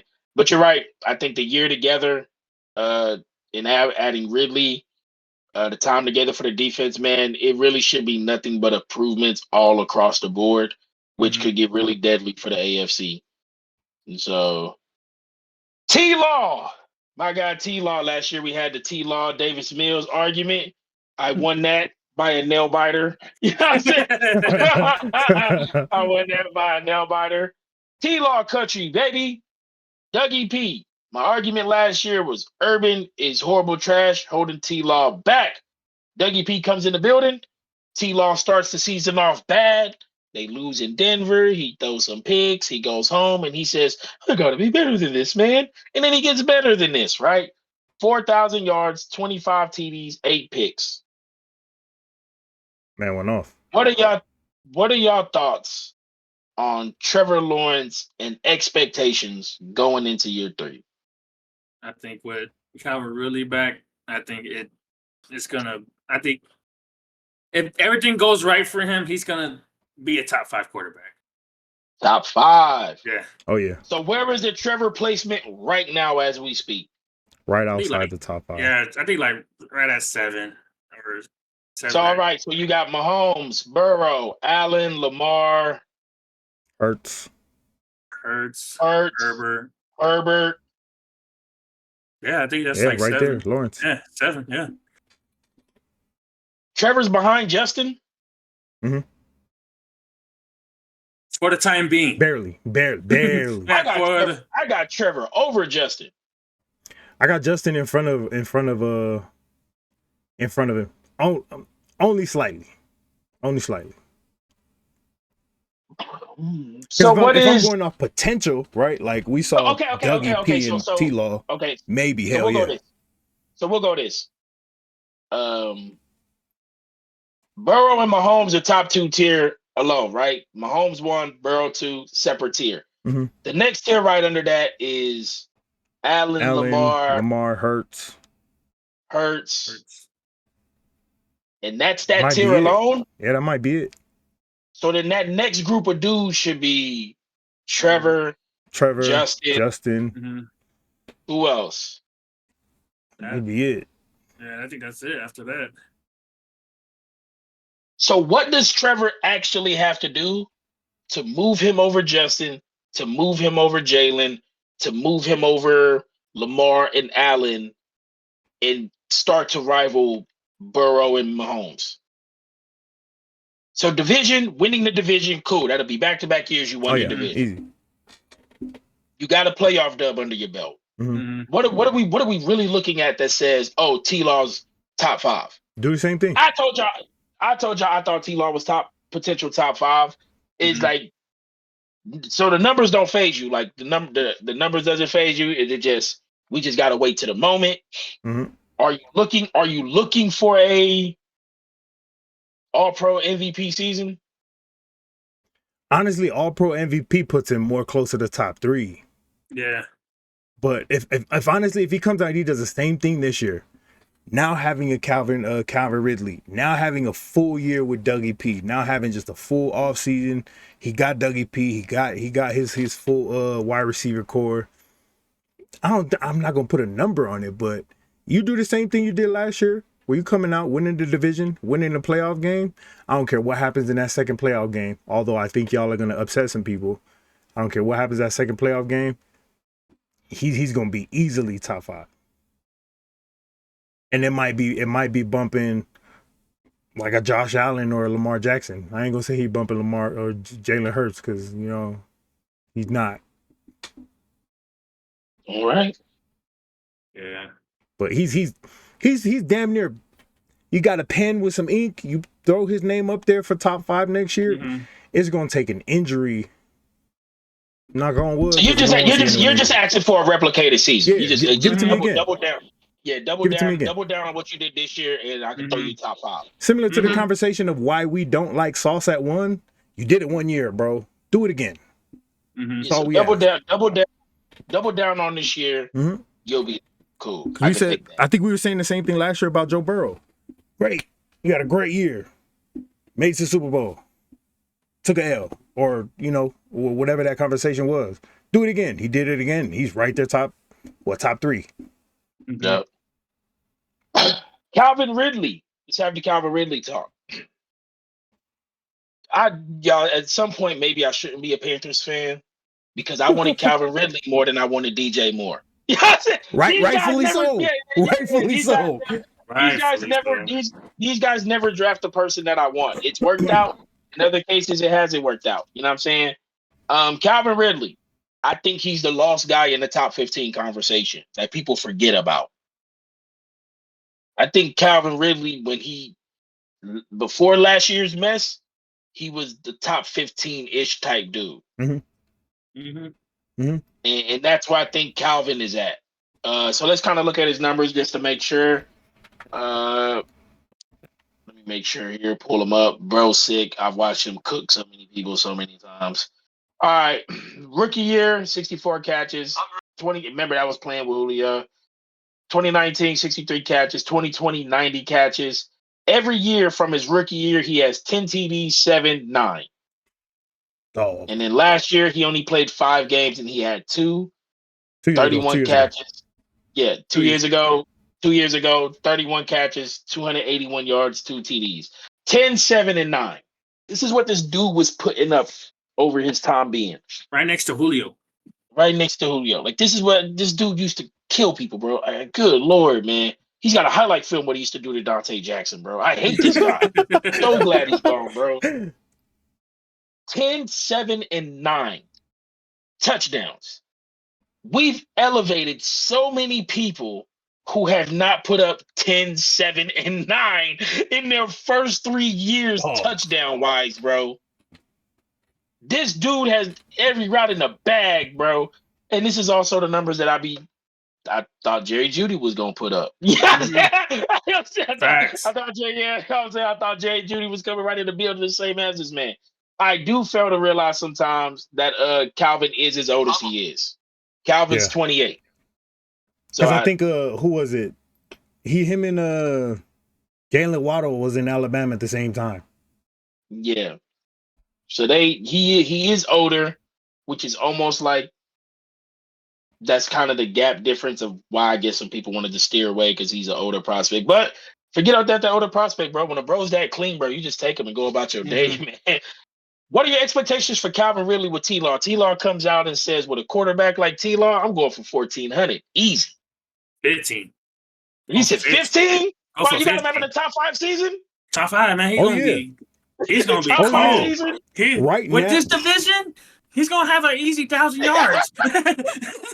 Just in those 6 games that he's gonna play. Like if I'm looking at Calvin Ridley, bro, he's a lot closer to Terry McLaurin, even though we haven't seen him in a minute. You got to put him right up there automatically. As soon as he said, I'm no longer retired, you got to put him up there. Let's walk the list then. Let's gamble on Calvin, baby. Let's gamble on Calvin, baby. I'm going to pull up the wide receiving. Last year's rushing leaders. Let's walk through the list. Rushing leaders? My bad, receiving. Oh, I'm looking at the list now. Calvin or... We'll just walk down the list of like the first 20 and see how many we get Calvin over. All right, Justin Jefferson. Nah. No. Tyreek. Nah. Adams. Devontae. Nah. AJ. Nah. Diggs. Nah. CD. Nah. Yes. What? Oh, hey, I'm taking Calvin over CD, but I tell you that. And if you would have caught me before last year, I would have took Calvin over AJ. I really would have. Before last year, before last year, I would have took Calvin over AJ. I told you I wasn't ever the highest on Calvin AJ. over CD. I don't care. Yeah. Hey, Dallas fans, I'm an Eagles fan. Remember, I'm picking CD. y'all better recognize that. Jalen Waddle. No. Terry McLaurin. Terry McLaurin. Terry or Calvin. Terry or Calvin, Calvin. It's Calvin. Calvin. I'm Calvin. I'm going Calvin. It's Calvin. Terry or Devonta. Nah, give me Smith. Nah, yeah. It's close though. It's close. It's close. Yeah, absolutely. Really still think I'm leaning. You know what? You know I love my guy. Man, I love Skinny Batman, bro. Yeah, I think I'm having Skinny Batman because that's my dude. I don't want to say this name. I'm going to say this name. And I'm just going to stand being a hater of this dude, bro. Amon-Ra St. Brown. Amon-Ra St. Brown. Calvin. Amari Cooper. Calvin. Mike Evans. Ooh, Mike. I think Mike is underrated. I'm gonna still give Mike his respect, bro. Yeah. Mike. Christian Kirk. Calvin. Garrett Wilson. Calvin. Donkey Kong Metcalf. Donkey Kong. Jamar. Calvin. Oh, I lied. I'm gonna take Jamar. I was just talking shit. I'm gonna take Jamar. Yeah, Jamar. Chris Olave. Ooh, I'm gonna take Calvin. I only see Chris 1 year. Brandon Ayuk. Calvin. Chris Godwin. Calvin, and that's a whole lot closer than I thought it would be. Yeah, that's very close because Godwin is a tough receiver, man. Juju Smith-Schuster. Calvin. Sorry, Oos. Sorry. Sorry. Michael Pittman. Calvin. Mike Williams. Calvin. DJ Moore. Calvin. Deontay Johnson. Calvin. Drake London. Calvin. I don't think there's any other names down here that kind of entertain me, so that's kind of it. Yeah, I know. I'm still taking Coop. Man. I'm still taking Cooper. we got to admit, some people be racist, and I ain't gonna Yeah, be racist towards Cooper. Cooper Cup is cold. They can't wait. They couldn't wait for Cooper to have a little downfall. They treated that man so bad. Y'all stop hating on that man. Y'all stop hating on that man. That man. All right. So expecting Calvin Ridley, you guys are stamping he will have a top 5 season this year. Calvin's cooking. He gonna cook. All right. What are your expectations for this defense? I think they're going to be middle of the pack. I don't think they're going to be like top 10. I don't think they're going to be that bad. I don't think they're going to be that good. They're just going to be good enough. Yeah, I think this defense will be a very sound defense. There's not going to be any superstars, not going to be any all pros, I don't think. But they're going to be one of those defenses where, like, benefit from no pressure. Just think they're going to benefit from no pressure. Yeah, they're going to play above their expectations because everyone's going to look at T-Law and Dougie P and be so horny for what they say, stealing Vita's lyrics. They're going to be horny for Dougie P and the Princess Promise that they're going to forget that the defense is still there. Yeah, maybe I don't want to downfall the defense because they did make big plays last year. But looking at next year, I see way more progression coming from the offensive side than I do the defense. And I think the offense is just going to allow them to kick back and not really have to be tested in many ways. So that's just kind of how I look at that. I'm expecting so much from the offense that they'll be able to just kind of, maybe be up 10 in the second quarter and be able to pin back ears and, kind of get after people, mess up game plans a little bit. So Jacksonville, man, you on one. You got one ready to go, man. Key players for the Jacksonville Jaguars. Number one for me is going to be top dog Calvin Ridley, man. They traded for you. They invested the time for you to be off. Your numbers match what I believe you to be and what the council here believes you to be, the Couch Sports Peoples. We really are expecting a top 5-ish season from you, man. I think you're in a situation to help you do that. Number 2, Trayvon Walker, man. You went number 1, bro. You made us take a shot. I'm expecting. Let me make sure I'm expecting double your sack production. We need 7-8 sacks next year at 3.5. So you got some time to grow up, man, to get yourself together. So Trayvon, man, let's double that up. I still think Aiden clears you. To be real, I think Aiden clears you. I said it on stream. It was a mistake that they took you over Aiden. I just think Aiden's better than you. So let's clear that gap, man. Let's make a fool of me. And Devin Lloyd, man, I'm gonna just highlight you because you was taking in that time too, man. But let's see what you got going on for yourself. See you're in a situation, man. They talk about Utah linebacker, all this stuff, man. So I just want to see what you got this year. That's all. I just want to see what you could do. So there I got Ridley, Lloyd, Trayvon Walker. Yep. I only got one player, and that's Calvin Ridley. I think if he gets that top 5 production, I think he will. This team is gonna go far. So right. Yep. I'm right there with you. Ridley, and then my other one is ETN. Passing game is only going to be as good as you allow them to be as a running back and a receiving back and just an overall running back. Take some pressure off of the pass rush. Get some good yards on the ground. And shows why you and T-Law was like that in college, man. Yes, sir. Yes, sir. All right, let's get us a ceiling for this team because their floor can't be. Let's just start their floor at 7 from the best team that we had in the AFC of their division mates, whatever. So let's just start their floor at 7 and let's see how high they could go up. Week 1 at the Colts, dub, right? Yep. Week 2 versus KC, dub. Oh, at home. At home, dub. Oh, revenge game. Dub. 2-0. Are they starting 4-0? Yes, sir.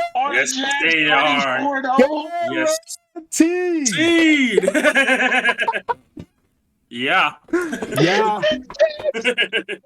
Just starting 4-0. Okay. At Buffalo, week 5. That's a back-to-back London game. Back-to-back London. Or unless it's somewhere else that they play. Yeah, I think Germany. Like Mexico? Germany. Germany. Boy. Buffalo. Are they starting? I think they start 5-0. Damn. If you say 5-0, you're saying 6-0. And that's 6-0. almost. And that might be This is a 7-0. 7-1 team at the bye at worst. Wow. What? Who are they losing to? The Saints? I said at worst. They can't go 8-0. I think, like on Hinge, KC, but I think any other team, I don't give it to Buffalo, man. I'm sorry, I'm not gonna give I think it to they you. lose to Pitt in Pitt though. Can we say okay? So 6-2 floor at the bye week. 6-2 Yeah. floor at the bye week. 6-2. 6-2 floor at the bye week. But if they was 8-0, I would not be shocked. You know what I'm saying? Yo, I'm gonna facts, just take neither would like if they was I wouldn't be 8-0, either.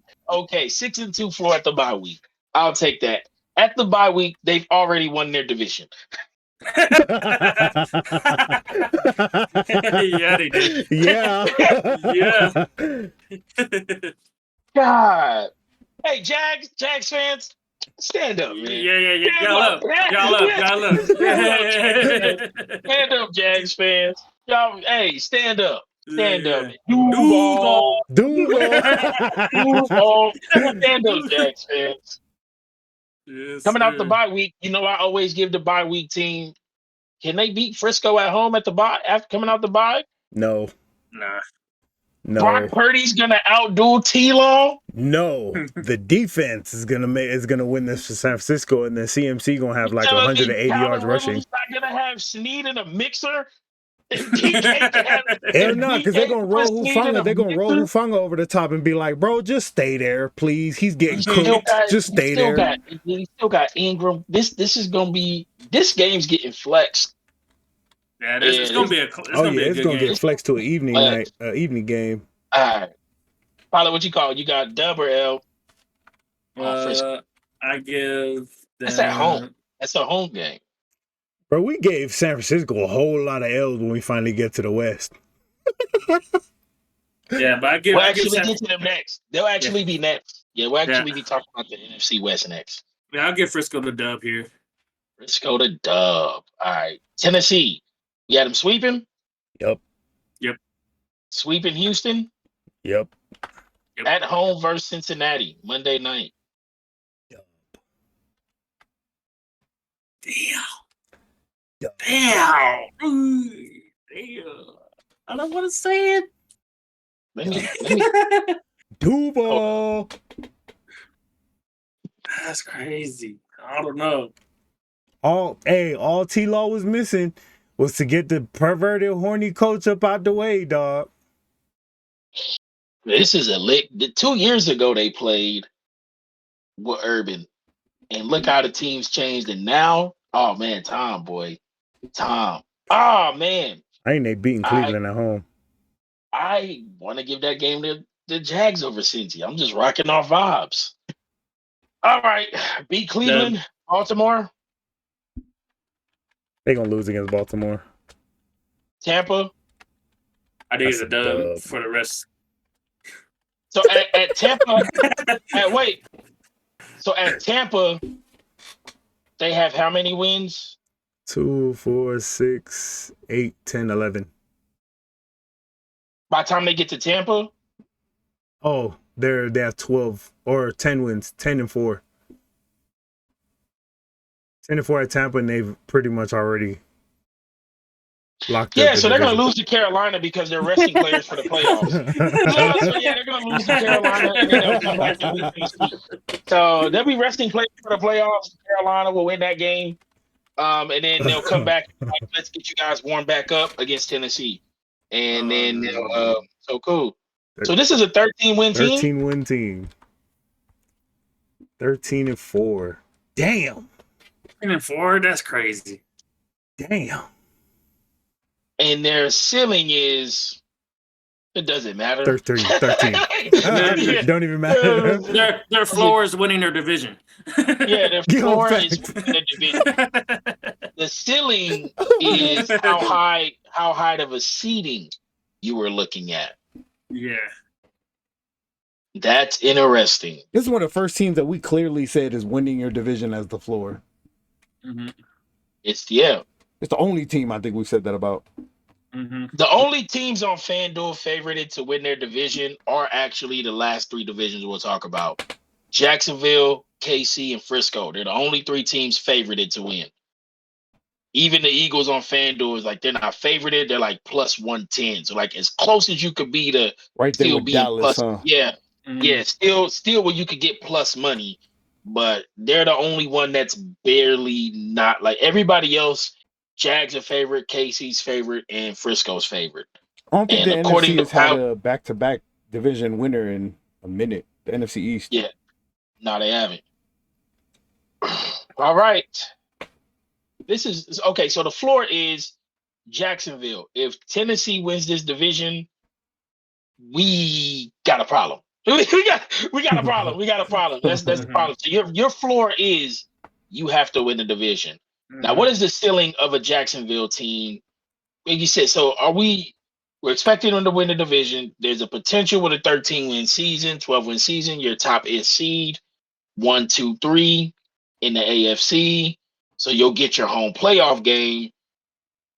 So we're expecting Jacksonville to be a second-round team. I think so. I think their floor is actually 11, and I think the ceiling is 13. So we know for a fact you win your division, you get your home playoff game. We're asking you to handle business at home, even though y'all scraped through with one last year. Like you scraped through with one last year. So you're gonna get your home playoff game. We're expecting you to win the home playoff game. And depending on how many games you won, you could get a second home playoff game. So our expectation for this team, because we haven't really set high expectations for no team. So we're expecting this team to be a second-round playoff team. Yes. Yeah. They'll run into like KC in the second round. Yeah, and then when you run into them, we'll tomato that when we get there. Yeah. So the expectations for Jacksonville is you got to make it to the divisional round. And then you get to dance with the big dogs again, and we get to figure that out. All right, man. I like it. I messed with it, man. Final thoughts on the Jacksonville Jaguars, man, before we wrap up this AFC South conversation. I think we had freaking Houston in second, basically. In this division. Yeah, because right now we had Houston at 7 wins. You guys are going to win 7 games, no more, no less. We had Tennessee. 6 was the ceiling, 7 generously, right? I said I wouldn't be shocked if they won it, but I'm kind of leaning more towards y'all. The Colts, just have fun, suit up, and get a check. Have fun this year, guys. Have fun, suit up, get a check, and it's not a bad thing. Not a bad thing for where you guys are supposed to be headed. Again, we don't know what's Steichen. I really don't know. We don't know what he can be. Rank the quarterbacks in the AFC South. From you mean 3, 2, 3, 4? Because we already know what number 1 is. Yeah. So who's 2, 3, 4? It's gonna be CJ, Gardner, and Tannehill. Tannehill last? Yeah. I at least had Tannehill too, and let CJ earn the strike. CJ getting drafted was him being the second best quarterback in that division. I mean, that's pretty much the same thing we did for the NFC South, right? It was Derek Carr number 1. I think Bryce Young was 2. Yeah. And then just Baker was last, and then our third was whoever's playing. Desmond Ridder. Desmond Ridder, yeah. Rank the AFC South head coaches. Vrabel, Dougie, D'Amico, and Shane. D'Amico and then Shane, yeah. Yeah. All right, that's my same one. Rank the AFC South defenses. Damn. Probably Indy 1. Actually, still have Tennessee 1. 2. Yeah. Yeah, I have Tennessee 1. Indy I 2? have at what I think to end the Or year, Houston I think 2. it'll be Tennessee 1, and I think the year will end at Houston 2. I can see it ending that way, but I think to start the year, I got Indy 1, Tennessee 2, Houston, and then Jacksonville. I actually got the Jags defense last. I got Tennessee 1. I will go Tennessee, Indy, Houston, and Jags. I think Houston will go to 2. Yeah, I can see that That's too. what I think Houston will go to 2. Uh, give me a breakout player from each team who you think could potentially be a all pro level. All pro level. Or if you see an all pro player on each team, who do you think it will be? Told you I'm gonna ride this train till it fall off. I think I got Stingley. Stingley for Houston. I'm gonna roll with Stingley with you. Yeah, Stingley for Houston. For the Colts, Quiddy Pay. Quiddy Pay. Jacksonville, it'll be T Law. Definitely. I know that's a safe way out, but I think T Law could have that type of year. Mhm. And for Tennessee, probably be just Jeffrey Simons. I think Indy, I'm gonna go right there with a Shaq Leonard. I'm gonna stay right there with Shaq. He's one of the best linebackers in the league. I think he just continues to be that. Gotcha. Yeah, I think for Indy is different. I think it's DeForest Buckner, but Okay. well, So dog. So while I'm thinking about this right now, I was gonna say rank the top 5 wide receivers in the AFC South, but I think 3 of them are on Jacksonville. oh yeah, Oh yeah. yes. And then after that, it's like Mechie Pittman, Treylon Burks. Yeah. Robert Woods. All right next to each other. We're not even gonna put them 4 and 5. They're all just gonna be right there, right across. The rest of the division. Yeah. All right.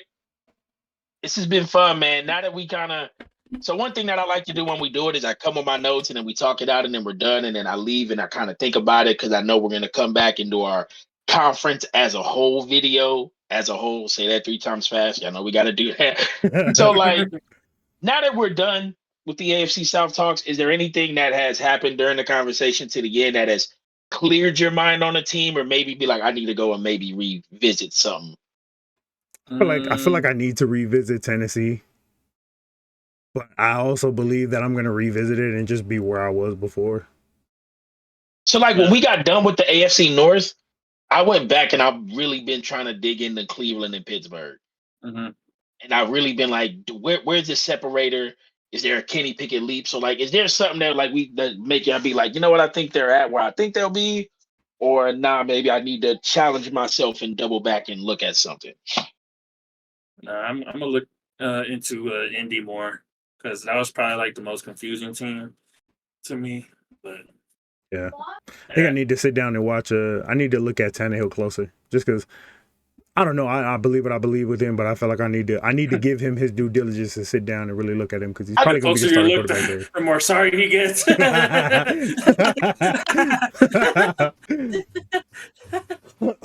The problem with Tannehill is he's just so steadily average that when he does something bad, it's really bad. And you're just like, yeah, then you're like, yo, what the hell?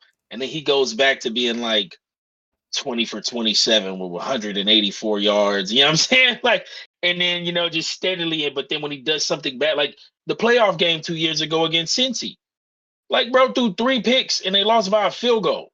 You know what I'm saying? Like, bro, threw a goal line pick, pick first play of the game, and then they lost by a field goal. Mm-hmm. So something like, it's just like, but then when he has that great year, I remember I watched bro run it up against Green Bay. He was asking over in that game. He was dipping. He was dipping. See what I'm saying? He's just like, I don't know. Mid. Yeah, that's the thing is he always ends at this spot. Like I told y'all, I don't think he's the line no more. I think he started to trickle down, but it's almost like at some point, if you're gonna have as bad as a season as we thought, like what Polly said with the Colts, like why not just put in Will or Malik and kind of figure this out on another level then? So, all right. This is how we've been ending off the shows since we got to double back and do it for the other divisions. Favorite player from each team all time. Favorite Houston Texan. JJ. JJ. Probably Andre Johnson. Andre Johnson, baby. Foster, man. Andre Johnson, baby. That red Andre. All right. Favorite Indianapolis Colt. Marvin Harrison and Bob Sanders. Those are my 2. Marvin and Bob. Sounds like a great coffee shop mixtape. Marvin and Bob. Marvin and Dallas. Dallas Dallas Clark. Clark, Yeah. double elbow pad. Yeah. Dallas is the flop, Marvin flop, Dallas flop. was I'm different. gonna get some love to the Who ran centers, a man. Jeff Saturday. who ran around better than Dallas Clark? Dallas Clark was crazy. I'm gonna go with Jeff Saturday as my other one, man. How many All right. centers did I know in the league before Jeff Saturday outside Hell of nah, Kevin nobody. Mawae? Like Nobody. Nah, Bob Sanders, Marvin Harrison, two favorites. Favorite Jacksonville Jaguar. Freddie T, Freaky Fred, My first ever was Keenan McCardell. Keenan McCardell. Damn. Keenan McCardell and Jimmy Smith. I love that duo. I'm gonna go with Freddie T. Freddie T and Maurice Jones-Drew. Jalen Ramsey first year. Jalen Ramsey first year. Hey, he was a dog first year. Hey, I remember that mess with Steve Smith. Mhm. You tell me. You You tell me. You tell me. You tell me. Yeah. Hey, favorite Tennessee Titan. CJ2K, baby. CJ2K.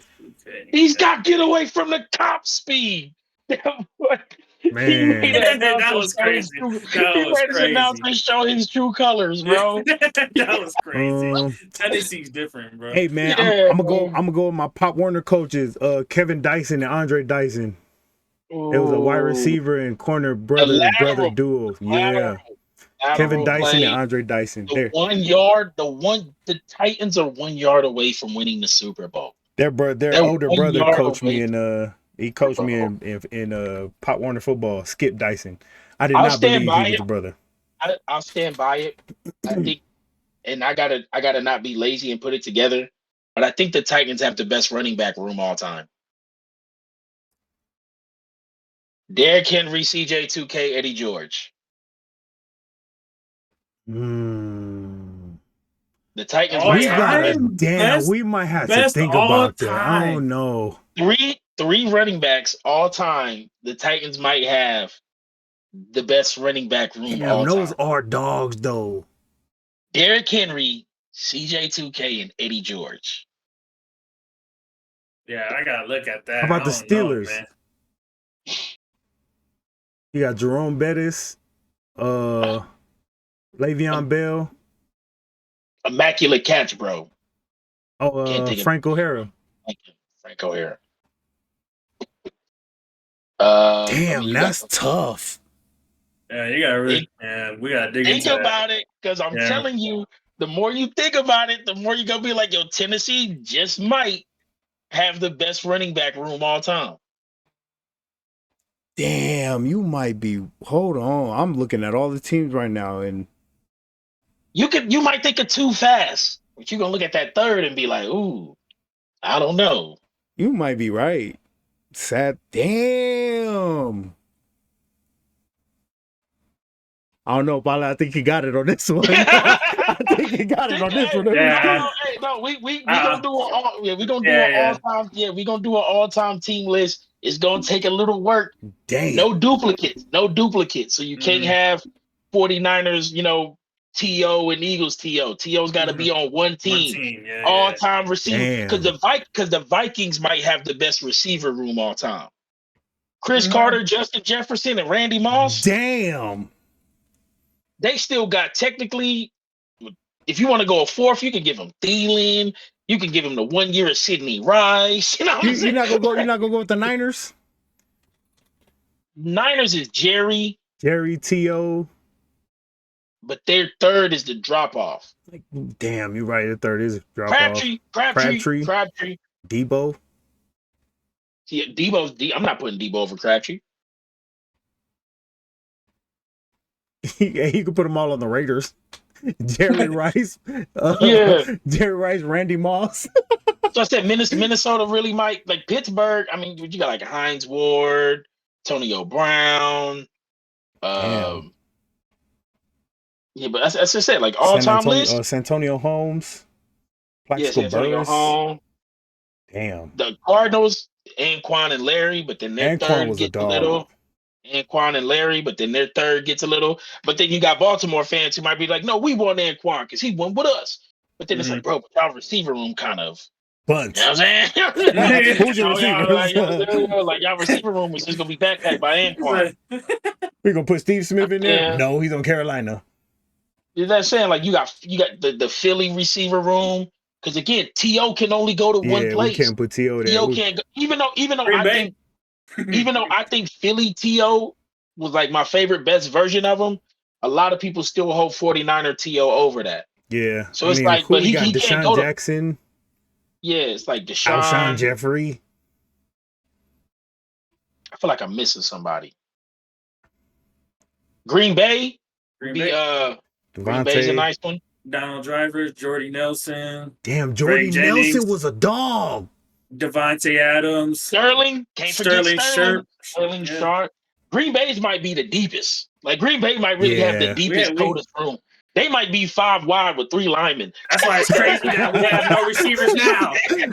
We got a whole lot of eligible receivers on the field. Yeah, there's a whole bunch of eligible receivers on the field. James Jones. Y'all messed up Jordy Nelson when y'all released him, man. Cleveland's running back room, Jim Brown, Chubb, like that's a top heavy. KC, Priest Holmes, Jamal Charles. That's a top 2. That's a 2-headed monster, but then you go looking for the third. Ain't no people with Nigerian Nightmare. Yeah, but you know what I'm saying? But again, when that third comes, who you gonna take? Nigerian Nightmare or Eddie George? Facts. Eddie George, you know what I'm saying? When you get to that third's man, a separator. You got Eddie George power runner. You got CJ2K who will blow them edges. Pause. And then you got Derrick Henry that can do all 3 of them things, all 2 of them things. Dallas, Emmitt Smith. Dallas got a lot of one-hit wonders. Like if I could take 1 year, Marion Barber, that boy was killer. Concussion ready. Concussion ready. That boy was concussion ready. I'm like, you know what I'm saying? Who got the deepest tight end room? Deepest tight end room. I think that's Probably. KC off rip because they get Tony. because they claim Tony and Kelsey, but Tony claims Atlanta more than KC. Yeah, Tony does claim Atlanta. Yeah.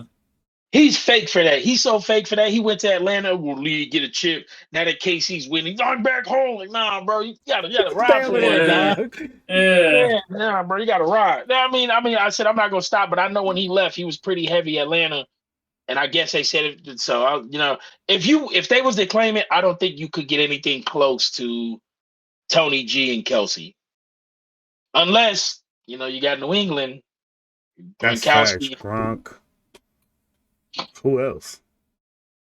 Oh, Kittle and Vernon Davis. Yo, Vernon Davis is different. Kittle and Vernon Davis. Vernon Davis was different. What's his name? Antonio Gates is soloing with the Chargers right now. Brent Selleck on the Eagles. Selleck and Who Goddard. else, man? Yeah, tight end rooms is crazy. That'd be tough to think. Mm-hmm. All right, see, look, this is where we get to dragging on. All right, we're gonna do an all-time list one day. Y'all been watching, y'all got to hear us ramble, y'all. Eventually, we only got 2 more divisions to cover. We'll be going to the West Side. We'll be going to do the NFC West will be next. Finish with the AFC West division, and then we'll go into conference breakdowns, player breakdowns. We will be doing our live shows. We'll be back every Tuesday after the Monday night game so we can recap everything at once, y'all. We are not full-time. We do this for the love of the game. So, y'all, we going to be here. So, if there's any ideas or whatever, drop them. Feel free. Do the YouTube thing. Like, sub. All comments is welcome, long as you're not talking about nobody's mama. Thank y'all for rocking with us. I'm Vita Van Pelt. Moonwalk, Bale, Soy Sauce. Until next time, y'all, we are out.